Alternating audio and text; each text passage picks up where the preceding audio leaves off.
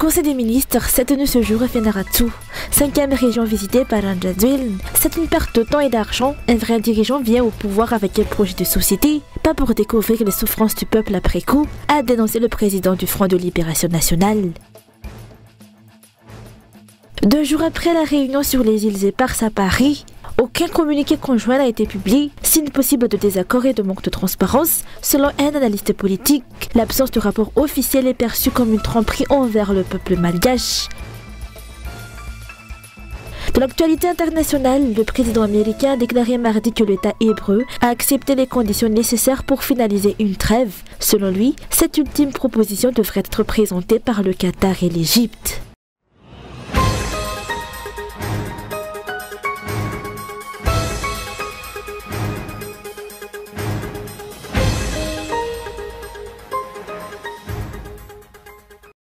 Le Conseil des ministres a été délocalisé à Fianarantsoa ce jour. 5 régions ont déjà été visitées par André Rajoelina et son gouvernement, mais aucun résultat concret n'est visible à ce jour. Ces actions du gouvernement ne sont qu'une perte de temps et d'argent, a déclaré aujourd'hui le président du Front de Libération Nationale. Si le gouvernement affirme que la solution est d'aller à la base pour connaître la souffrance de la population, alors c'est un gouvernement sans vision ni volonté, a-t-il ajouté. Avant même d'arriver au pouvoir, un dirigeant doit avoir un projet de société. Ces conseils des ministres délocalisés dans les régions ne sont que des gaspillages de fonds publics. Si les dirigeants justifient ces déplacements comme des démarches pour observer la réalité sur le terrain, alors c'est un gouvernement mal préparé. Un bon dirigeant doit avoir un projet clair avant même d'accéder au pouvoir, identifier les problèmes, les axes à améliorer ou à poursuivre. Il suffit ensuite de les exécuter une fois élus, comme le veut le principe même de l'exécutif.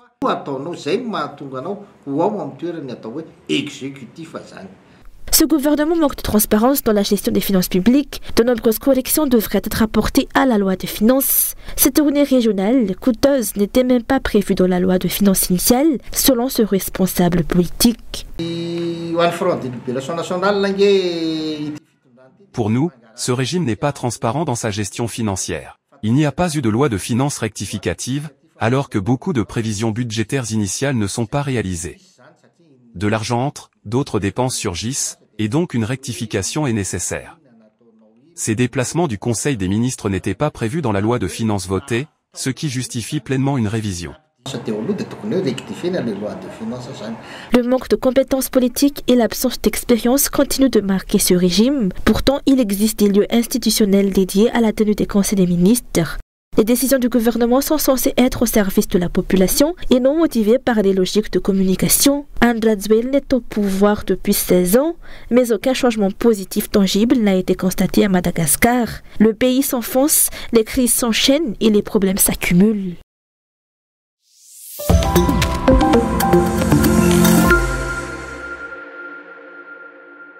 Deux jours après la réunion de la commission mixte sur les îles Éparses à Paris, aucun communiqué officiel conjoint n'a été publié pour informer sur le déroulement des négociations entre les délégations malgaches et françaises.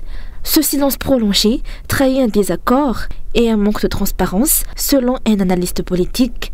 Un rapport clair sur les points d'accord et de désaccord était pourtant indispensable.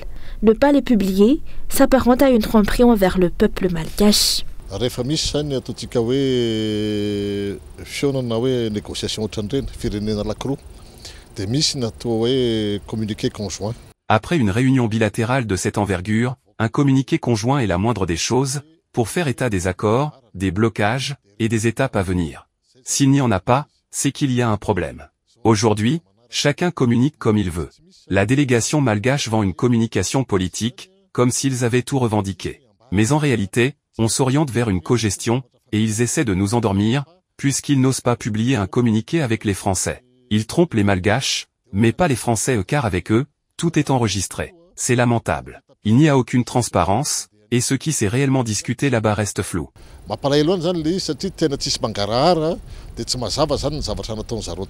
Il est pourtant indiscutable, selon le droit international, que ces îles appartiennent à Madagascar.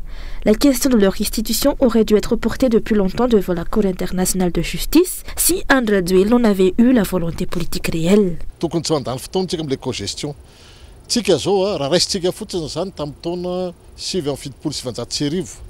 En décembre 1979, l'ONU a adopté une résolution affirmant que ces îles nous appartiennent.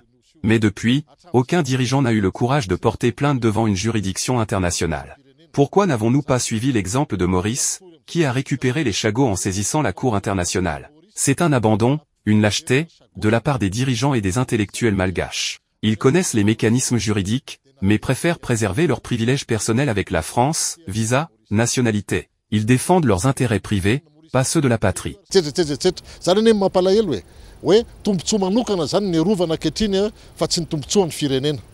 Tant qu'Andradzwil conservera sa nationalité française, Madagascar ne récupérera jamais les îles éparses. Le pays s'embourbe dans des discussions inutiles pendant que la vérité, elle, est laissée de côté.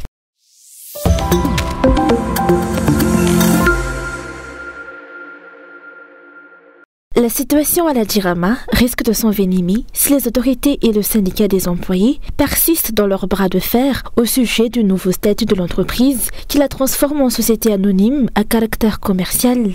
Refusant catégoriquement cette transformation, les employés menacent d'entrer en grève si les dirigeants ne font pas marche arrière. La transformation de la Jirama en société anonyme et commerciale n'est absolument pas une solution pour redresser l'entreprise, mais une façon de tuer la population et de détruire cette entreprise publique, a déclaré le président du parti Uchkaf. Derrière cette réforme, une stratégie politique se dessine, préparer la voie à la privatisation ou à une prise en main progressive de l'entreprise publique par le secteur privé. Une perspective à laquelle les employés s'opposent fermement dans un contexte d'échec manifeste de la gouvernance actuelle.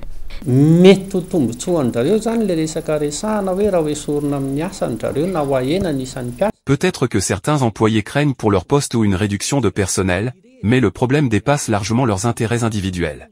Il s'agit d'un enjeu économique et social national. Si nous ne soutenons pas les employés de la Jirama aujourd'hui, nous assisterons à une privatisation, comme ce fut le cas pour Solima ou les banques.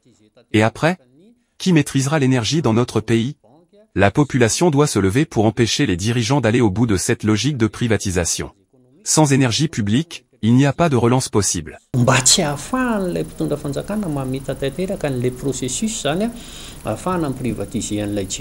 Des solutions existent pour redresser la Jirama, mais selon l'opposition, les dirigeants actuels manquent de volonté politique et Andradzwil fait preuve d'une incompétence de gestion flagrante.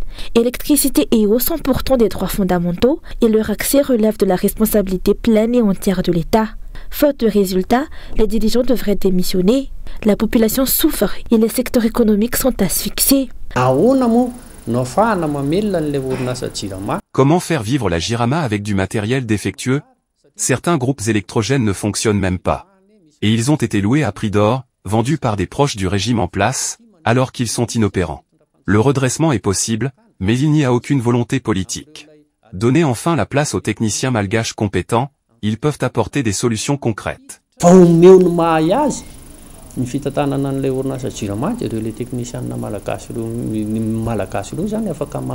Andradzwil a déjà précipité la chute d'Air Madagascar, entraînant jusqu'à la vente au kilo des 2 Airbus A340.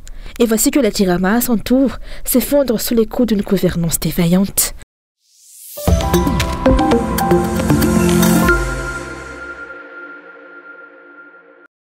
Trois déclarations officielles se sont succédées concernant l'instauration de la TVA de 20% sur les intérêts des prêts bancaires, plongeant la population, en particulier les emprunteurs, dans la confusion. Les versions contradictoires du gouvernement, des banques et de la Direction générale des impôts ont alimenté l'incertitude.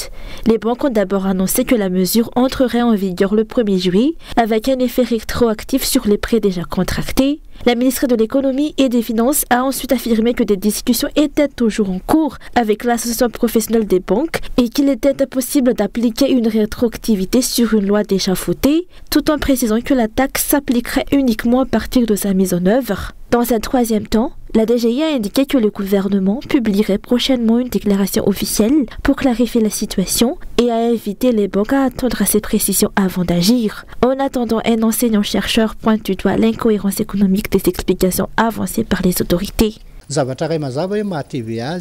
Lorsqu'on parle de TVA, ce ne sont pas les entreprises qui la paient, mais les consommateurs. Tout ce que nous achetons est déjà taxé par la TVA. Ce sera donc les emprunteurs, les clients finaux, qui supporteront la charge, pas les banques.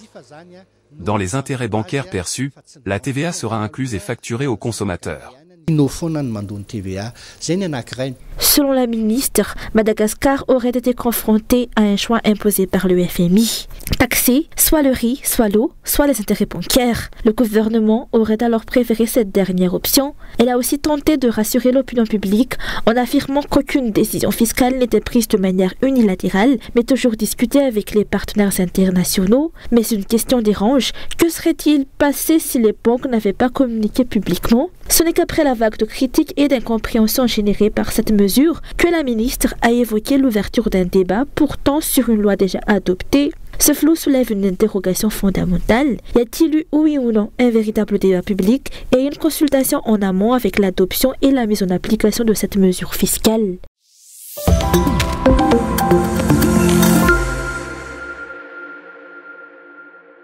La diffusion récente d'images montrant le fils d'André aux côtés de hauts responsables et d'hommes d'affaires des Émirats arabes unis a suscité de vives discussions et inquiétudes. Le fils du président et les dignitaires arabes ont effectué une visite remarquée à Bundoubabtabe, Buramang.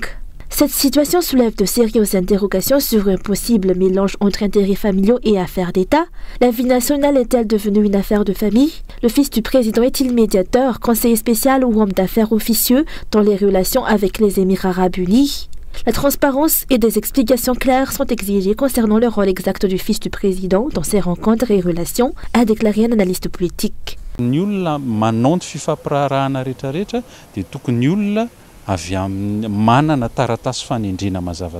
Les personnes impliquées dans ce type de négociation doivent avoir une mission officiellement désignée, diplomate, ambassadeur ou chargé de mission par le ministère des Affaires étrangères, mais en aucun cas le fils du président, sans titre officiel. Rien n'empêche sa participation, mais il faut une nomination claire. Le vrai problème, c'est l'absence totale de cadre officiel. Beaucoup se demandent quel est le rôle exact de ce fils du président. Nous sommes dans une république, s'il a un rôle, qu'on l'annonce clairement. Personne ne critiquera un rôle officiel. Regardez le régime Kennedy aux États-Unis, il a confié des fonctions à sa famille, et cela a donné des résultats. Mais ici, on ne sait ni ce qu'il fait, ni ce qu'on attend de lui, ni sur quels résultats il sera jugé.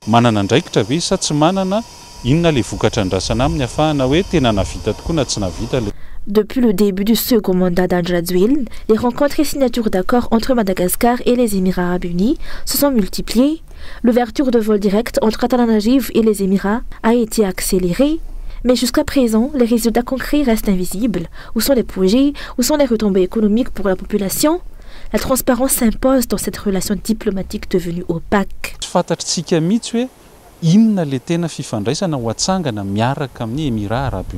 On ne sait pas exactement quelle relation Madagascar veut établir avec les Émirats arabes unis.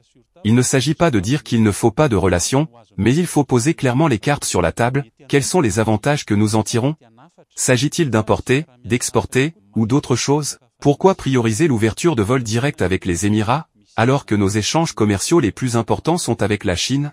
La Chine est l'un de nos principaux partenaires commerciaux, et pourtant aucun vol direct n'existe vers ce pays.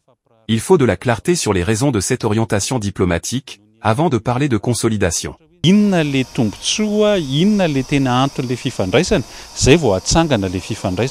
La dernière annonce en date sur cette coopération concerne la construction d'une centrale solaire de 50 MW à Buramang, censée contribuer à résoudre les délestages chroniques. Mais les observateurs restent sceptiques. Ce projet va-t-il réellement voir le jour ou finira-t-il dans l'ex-oubliette, comme tant d'autres promesses non tenues du président André?